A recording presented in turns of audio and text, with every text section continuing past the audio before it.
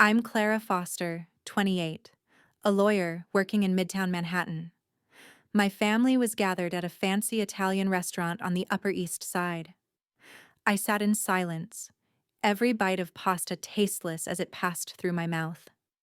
Everyone else laughed and chatted, but I knew this dinner would end like every other one, with me feeling small, compared, dismissed. Then my father, as if he couldn't stand the quiet any longer, spoke. "Clara, you'll never measure up to Victoria." It hit me like a punch to the chest. All eyes turned toward me, every forced smile evaporating in an instant. I didn't flinch. I smiled coldly, pulled out my phone, and opened my banking app. "Ready to see the truth, Mom and Dad?" My voice was calm, but sharp as a knife. My mother went pale, stammering, "Clara, what? What are you saying?" I tilted the screen toward them. The number glared back, 67 Saturn 200. "This is how much I've paid over the past 2 years to keep this family afloat. Rent, utilities, and all of Victoria's so-called emergencies, all from my account." Victoria's eyes widened, hands trembling. My father went silent. My mother looked at me, speechless. "You've always said I had too much free time," I continued, cold but steady. "Well, now you can see exactly how much of my freedom I've spent supporting this household." I stood, pulled two 20s from my wallet, and placed them on the table. "This is my share for dinner. From now on, you handle your own." I walked out of the restaurant into the Manhattan night, breathing deeply. For the first time in 2 years, I felt free. But I knew the fight was far from over. Families like mine never let their favorite ATM leave without resistance. The silence I left behind in that restaurant was deafening, but I knew it wouldn't last. It started 2 years ago, the same week my father, Robert Foster, lost his job at a pharmaceutical company due to corporate restructuring. My mother, Linda, had never worked, and Victoria, my 32-year-old sister, had been freelancing for as long as I could remember, which was code for doing nothing while looking busy on social media. I'd just started at Morrison & Chase, one of Manhattan's top corporate law firms. My first paycheck, $4,200 after taxes. I was 26, living in a tiny studio in Hell's Kitchen, eating ramen most nights to save money for student loans. Then the call came. "Clara, sweetheart." Dad's voice was heavy, defeated. "We're in trouble. The landlord's threatening eviction. We need help. Just temporarily. 6 months, tops. Just until I find something new."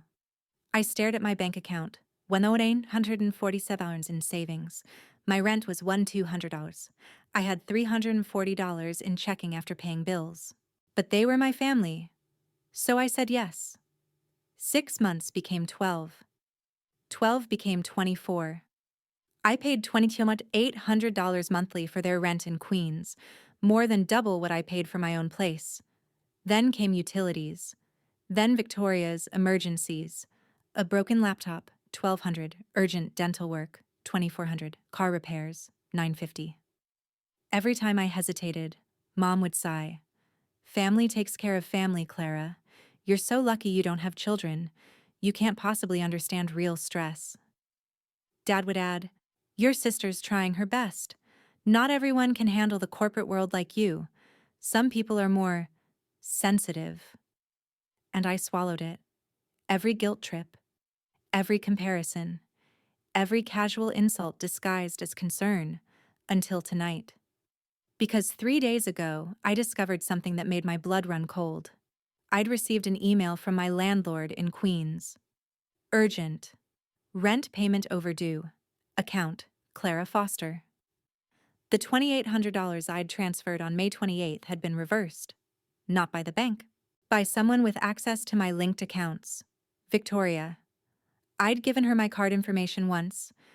"Just for an emergency, Clara, I swear I'll pay you back." And she'd kept it.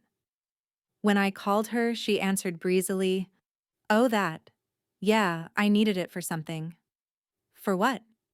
"A Gucci bag." It was 40% off. I couldn't pass it up. She'd stolen $2,800 from my rent payment to buy a purse. That's when I knew. This wasn't love. This was exploitation. So tonight, when Dad said those words, "You'll never measure up to Victoria," something inside me crystallized into pure, cold clarity. I was done. As I walked down Fifth Avenue, my phone started buzzing. Text after text. Mom. Clara, please come back. We can talk about this. Victoria. You're overreacting. It was just a joke. Dad. This is extremely disrespectful. We need to discuss this like adults. I blocked all 3 numbers. Then I went home, opened my laptop, and spent the next 4 hours systematically dismantling every financial connection I had to them. Removed Victoria from every linked account. Canceled all automatic transfers. Changed every password. Froze my credit at all 3 bureaus. Removed my name from their lease agreement. Each click felt like pulling a splinter from my skin, painful but necessary. By midnight, I was done. I poured myself a glass of wine, the cheap kind, because I'd been too broke to afford good wine for 2 years, and sat by my window looking out at the Manhattan skyline. My phone buzzed one more time. An unknown number. This is your father. Using a colleague's phone since you blocked me. What you did tonight was unforgivable. We're your family. You owe us. I stared at that message for a long moment. Then I typed, I don't owe you anything anymore. And if you contact me again, I'll send the entire extended family the spreadsheet showing exactly where my money went, including Victoria's Instagram posts of luxury purchases on the same days you claimed emergencies.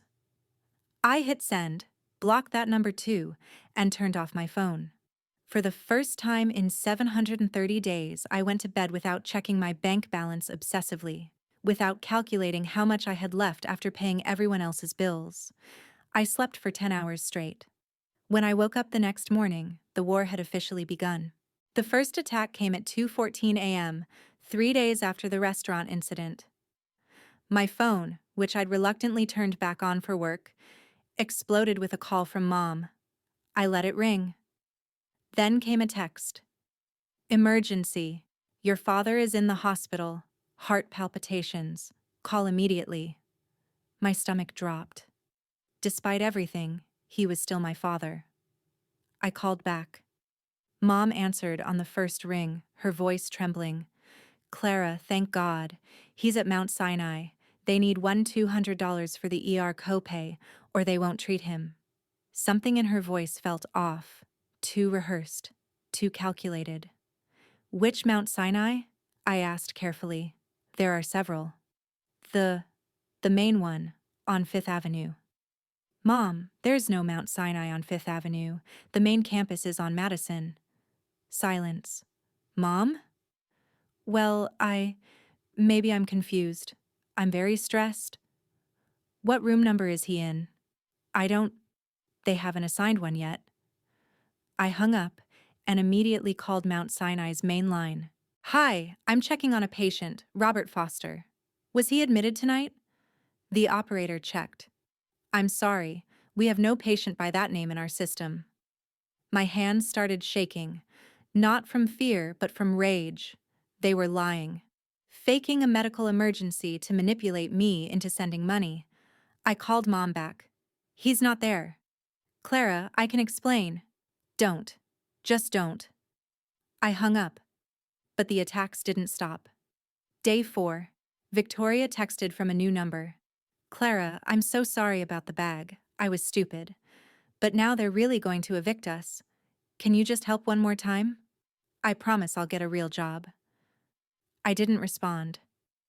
Day 5. Dad left a voicemail. Clara, this is your father. I'm very disappointed in you. Family doesn't abandon family. Your grandmother would be ashamed. My grandmother had been dead for 6 years. Day 7. Aunt Rachel, Mom's sister, called. Clara, honey, I heard what happened. I know you're upset, But you can't just leave your parents homeless. That's cruel. Aunt Rachel, did they tell you Victoria stole $12,800 from my rent payment to buy a Gucci bag? Pause. Well, no. Did they tell you I've paid $67,200 over 2 years while working 60-hour weeks? Longer pause. I didn't know the specifics. Then maybe get the specifics before calling me cruel. I hung up. Day 10. The nuclear option. I got an alert from Credit Karma. New credit inquiry. Chase Sapphire Reserve Card. My blood went cold. I hadn't applied for any credit. I called Chase. After verification, the representative confirmed, "Yes, ma'am, the application was submitted using your social security number. The email address listed is v.foster.official@gmail.com." Victoria's email. She'd tried to open a credit card in my name. Identity fraud. A felony. I felt something inside me go completely, utterly cold. I immediately filed a fraud report with all 3 credit bureaus, reported the identity theft to the FTC, contacted my lawyer from work, called the police. The officer who took my report asked the question I knew was coming. "Ma'am, this is your sister. Are you sure you want to press charges? If she'd done this to a stranger, would you ask me that?" He paused. "No, ma'am." "Then treat it like what it is. A crime." Within 2 hours, Victoria called, hysterical.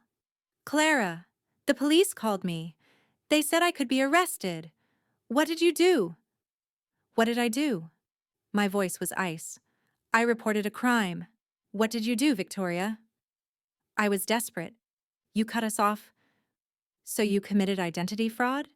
I thought you'd never find out. I just needed a small line of credit." "To buy what? More designer bags? More brunches? More Instagram-worthy experiences while I eat ramen?" She was crying now. "Please, Clara, drop the charges. I'll do anything." "Get a job, Victoria. A real one. That's what you'll do." I hung up. That night, the group text attack began. Extended family I hadn't heard from in years suddenly had opinions. Uncle Tom. "Clara, I'm very disappointed. Family sticks together." Cousin Michelle. "This is so unlike you. What happened to the sweet girl we knew?" Aunt Deborah. "Your parents sacrificed everything for you girls. This is how you repay them?" I read every message, feeling the familiar guilt trying to claw its way back in. Then I did something I'd never done before. I opened a group text to the entire extended family, all 23 of them, and attached a PDF file. The subject line read, "The full story." The PDF contained 24 months of bank statements showing every $2,800 transfer, screenshots of Victoria's Instagram, designer bags, luxury vacations, VIP tables, the police report for identity fraud, text message screenshots of every emergency that turned out to be fake, a timeline showing dates. Victoria posted luxury purchases matching dates of her emergency requests. I wrote one sentence. "Before you judge me, see what I've been living with." I hit send before I could second-guess myself. For 3 minutes, there was silence. Then my phone started buzzing. Cousin Maya. "Oh my God, Clara, I had no idea." Aunt Deborah. "I'm so sorry. We shouldn't have assumed." Uncle Tom. "Clara, I owe you an apology." Even Aunt Rachel, who'd called me cruel, sent, "I'm sorry, honey. I didn't know." But nothing from my parents. Nothing from Victoria. That silence spoke louder than any apology could. That night, I poured myself another glass of cheap wine, sat by my window, and allowed myself to feel something I hadn't felt in 2 years. Vindication. Not because I'd hurt them, but because I'd finally told the truth. And the truth, for once, had set me free. The documentary evidence I'd sent detonated like a bomb in the family group chat. For the first time in my life, people actually listened. But my immediate family? They went silent. Radio silence for 72 hours. Then the counterattack began, not with apologies, but with strategy. Week 2. The final chance meeting. I received a formal email from Dad, typed, formatted, with an agenda attached like we were scheduling a board meeting. Subject: Family Financial Restructuring Discussion. Clara, we request your presence at a family meeting this Sunday, 2 p.m., to discuss a sustainable path forward. We've prepared a comprehensive plan that addresses everyone's concerns. Attendance is non-negotiable. Dad. Attached was an actual agenda. Review of family financial situation. Proposed 90-day bridge plan. Individual responsibility assignments. Path to reconciliation. I stared at it for a long moment, then replied with one line. I'll come, but I'm not bringing my checkbook. Sunday arrived. I walked into their Queen's apartment at exactly 2 p.m., wearing my sharpest work suit, armor for battle. The living room looked like an intervention set. Mom and Dad sat on the couch. Victoria perched in the armchair, eyes red and puffy. And to my surprise, there was Aunt Rachel and Uncle Tom, the reinforcements. Clara. Dad stood gesturing to an empty chair. Thank you for coming. I remained standing. What's this about? He pulled out a flip chart, an actual flip chart, with bullet points written in marker. Family Financial Strategy, 90-day transition plan. I almost laughed. Here's what we propose, Dad began, pointing at the chart like he was pitching to investors. You continue covering rent for 90 days while we transition. Victoria will actively seek full-time employment. I'll pick up additional contract work. Mom will start an Etsy shop. And after 90 days? I asked flatly. We reassess. Reassess meaning I keep paying indefinitely. Clara, be reasonable. Reasonable. I pulled out my phone. Let me show you what reasonable looks like. I connected my phone to their TV, something I could do because I'd set up their streaming services, which I also paid for. The screen filled with a spreadsheet I'd prepared. Foster Family Financial Analysis, 2022-2024. Every row represented a month. Every column showed what I'd paid. Rent, utilities, emergencies, loans, never repaid. The total at the bottom, $81,347. The room went completely silent. This, I said, my voice steady, is what reasonable has cost me. Now let me show you what it bought. I switched to a split screen. My bank statements on the left, Victoria's Instagram feed on the right. May 3, 2024. My transfer. $2,400 emergency dental work. Victoria's Instagram, photo of Gucci bag, caption treat yourself. March 15, 2024. My transfer. $3,200, 3 months advance rent. Victoria's Instagram, beach photos from Bahamas. Caption much needed getaway. April 22, 2024. My transfer. $850 car repairs. Victoria's Instagram, VIP table at club, bottle service. Caption, living my best life. Victoria's face drained of all color. Mom put her hand over her mouth. Victoria, I said, turning to my sister, would you like to explain to Uncle Tom and Aunt Rachel how you afforded a vacation to the Bahamas while I was covering your living expenses? She started crying, the manipulative kind she'd weaponized since childhood. You don't understand the pressure I was under. The pressure of choosing which brunch spot to Instagram? Uncle Tom cleared his throat uncomfortably. Clara, I think maybe... Maybe what, Uncle Tom? Maybe I should keep enabling this? Keep sacrificing my financial security so Victoria can post car blessed on social media? Dad stood up, his face reddening. That's enough. You will not speak to your sister. Then maybe my sister should stop stealing from me. My voice rose for the first time. She didn't just lie about emergencies. She committed identity fraud. She tried to open a credit card using my social security number. Aunt Rachel gasped. Victoria, you didn't... Victoria's tears intensified. I was desperate. Clara abandoned us. I didn't abandon you, I said coldly. I stopped bankrolling your luxury lifestyle. Mom finally spoke, her voice trembling. Clara, sweetheart, we're family. No, Mom. Family doesn't steal. Family doesn't lie. Family doesn't fake medical emergencies at 2 a.m. to manipulate money out of each other. I grabbed my bag and headed for the door. Wait! Victoria's voice cracked. Clara, please. They're going to evict us next week. We'll be homeless. I paused at the door, my hand on the knob. Then sell the Gucci bag, I said without turning around. Pawn the jewelry. Cancel the subscriptions. Do what millions of adults do every day.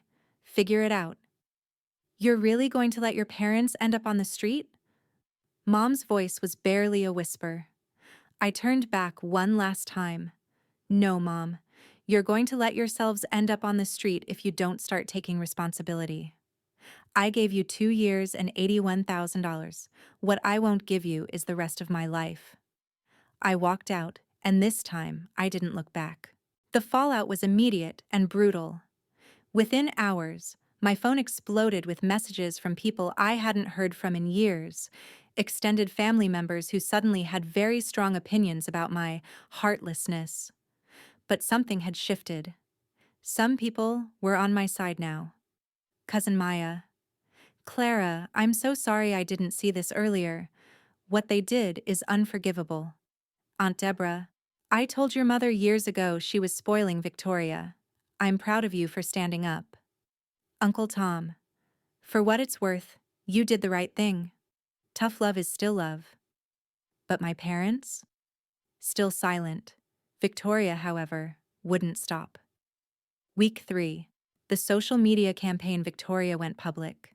She posted on Instagram a long, emotional caption with a crying selfie. Sometimes the people you think will support you forever turn their backs when you need them most. My sister chose money over family. She's letting our parents face eviction while she lives comfortably in Manhattan. I'm heartbroken. Pray for us. Gerk family betrayal. Jasha money isn't everything. Within an hour, 347 likes, 92 comments. Most of them supported her. I'm so sorry, hun. Your sister sounds toxic. Family should come first. But then Cousin Maya commented, Victoria, why don't you tell them about the Gucci bag, or the Bahamas trip, or the identity fraud? Victoria deleted the comment, then blocked Maya. But the damage was done. Other relatives started asking questions in the comments.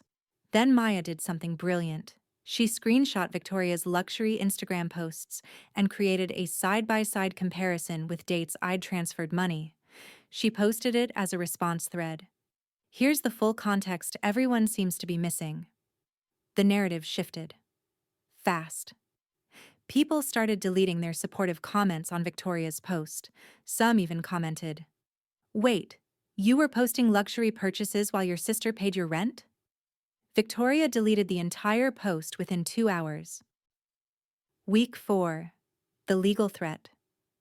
I received a certified letter at my office from a lawyer. My heart sank as I opened it. Dear Ms. Foster, we represent Robert and Linda Foster regarding familial financial obligations. Our clients contend that verbal agreements were made regarding long-term financial support, constituting an implied contract. We request immediate reinstatement of monthly support payments pending mediation. I read it twice, then called my own lawyer, Sarah Chen, a colleague from Morrison & Chase who specialized in family law. She read it and laughed. Clara, this is a joke. They have no case. Implied contract for family gifts? Please, file this in the garbage. Should I respond? Let me handle it. Sarah sent a response letter that same day. Your clients have no legal standing. All payments were gifts, with no written agreement, no consideration, and no legal obligation. Furthermore, your client, Victoria Foster, is currently under investigation for identity theft against my client. Should your clients wish to pursue this matter, we will countersue for emotional distress, fraud, and defamation. We suggest this matter be dropped immediately. We never heard from that lawyer again. Week 5, the breakthrough at 11 p.m. on a Thursday, my phone rang. Unknown number. Against my better judgment, I answered. Clara? It was Victoria. Her voice sounded different, smaller, exhausted. How did you get this number? Borrowed someone's phone. I know you blocked me. She paused. I'm not calling to ask for money. I waited. I got a job. Receptionist at a dental office. $16 an hour. It's not much, but it's honest. I said nothing. I also sold the Gucci bag. Got what $200 for it. Gave it to Mom and Dad for rent. Her voice cracked. You were right. About everything. I've been a parasite. I didn't realize it until you cut me off and I actually had to survive on my own. Victoria. No, let me finish. I'm not asking for forgiveness. I don't deserve it. I just wanted you to know that I finally understand what you were trying to teach me. It's hard. Really hard. I had to move into a studio with 2 roommates. I take the subway now. I make my own coffee. And for the first time in my life, I'm not drowning in anxiety about where my next rent payment is coming from, because I'm earning it. I felt tears prickling my eyes. I'm proud of you. You are? Yes. That took courage. She was quiet for a moment. Mom and Dad are still struggling. Dad got a part-time job at Home Depot. Mom's selling crafts online. They're angry at you. But I think, deep down, they know you were right too. And you? Are you angry? I was. For weeks I hated you. I thought you were cruel. But now? She laughed bitterly. Now I realize you gave me the biggest gift you could. You forced me to grow up. We talked for another 20 minutes, the first real conversation we'd had in years. No manipulation, no guilt trips, just 2 sisters, finally honest with each other. Before we hung up, Victoria said, Clara, would you maybe want to get coffee sometime? My treat. And I mean that literally. I'll pay for my own coffee. I smiled. I'd like that. After we hung up, I sat in my apartment, looking out at the Manhattan skyline, and realized something profound. Boundaries weren't punishment. They were clarity. By refusing to enable them, I'd forced them to face reality. And for Victoria, at least, that reality had finally broken through. I didn't know if my parents would ever come around. Maybe they wouldn't. But for the first time, I was okay with that, because I'd learned the most important lesson of all. I wasn't responsible for their choices, only for my own. 6 months later, my life looked completely different. I was sitting in my new apartment in Brooklyn Heights. 1 bedroom, hardwood floors, a view of the Manhattan Bridge that made me catch my breath every morning. My apartment, my name on the lease, my money paying for it, no one else's. I just finished a Saturday morning yoga session when my phone buzzed. A text from Victoria. Hey, just got my first paycheck with a raise. 18 Deutsche now. Wanna grab coffee next week? Still my treat. I smiled and replied, proud of you? Tuesday at 10? Perfect. See you then. We'd been meeting once a month for coffee. Neutral ground, clear boundaries. She paid for herself every time. We talked about work, books, life. Never about money, never about the past unless she brought it up. And slowly, carefully, we were rebuilding something. Not the old relationship, but a new one. Healthier. Honest. My parents were another story. Mom had sent a few emails over the months, short, tentative. Never an apology, but small olive branches. Saw this article about corporate law and thought of you. Hope you're doing well. I responded politely but distantly. I wasn't ready for more. Dad remained silent. His pride, I suspected, wouldn't let him admit he'd been wrong. And I'd learned I was okay with that too. I'd started therapy with Dr. Sarah Chen. she'd helped me understand something crucial. Clara, you spent so long being responsible for everyone else's emotions that you forgot you're allowed to have your own. That hit me like a revelation. For years, I'd believed that if I just worked hard enough, sacrificed enough, proved myself enough, my family would finally see my worth. But their inability to see it wasn't my failure. It was theirs. One evening, Cousin Maya invited me to her birthday dinner. "Small thing," she said. "Close friends, family. Victoria might be there. Just wanted you to know." I went. When I walked into the restaurant, Victoria was already there. She looked different. Hair in a simple ponytail, minimal makeup, wearing a clean button-up shirt from her receptionist job. No designer anything. Our eyes met. "Hey," she said softly. "Hey." We didn't hug, didn't make a scene, just coexisted. Throughout dinner, she talked about her work, the challenges of entry-level life at 32, how humbling it was to be the oldest person in her office training group. She laughed at herself. "Remember when I thought I was too good for a regular job? God, I was delusional." I didn't gloat, didn't say, "I told you so," just listened. At the end of the night, as people were leaving, Victoria pulled me aside. "Clara, I know we're taking this slow, but I want you to know I'm seeing a therapist too, working through a lot of things. And one thing she made me realize is that I turned you into my parent. I made you responsible for my life because it was easier than being responsible myself." My throat tightened. "I'm sorry," she continued, her voice thick with emotion. "Not just for the money, for treating you like you owed me something just because we're related. You didn't owe me anything, and you still don't." I pulled her into a hug, the first real one in years. "Thank you," I whispered. As I walked home that night, I thought about everything I'd lost and everything I'd gained. I'd lost the fantasy family I'd always wanted, the one where my parents loved me unconditionally, where my sister respected me, where sacrifice was appreciated instead of exploited. But I'd gained something more valuable: self-respect. I'd learned that boundaries aren't walls that keep love out. They're foundations that keep you standing. I'd learned that saying no isn't selfish. It's honest.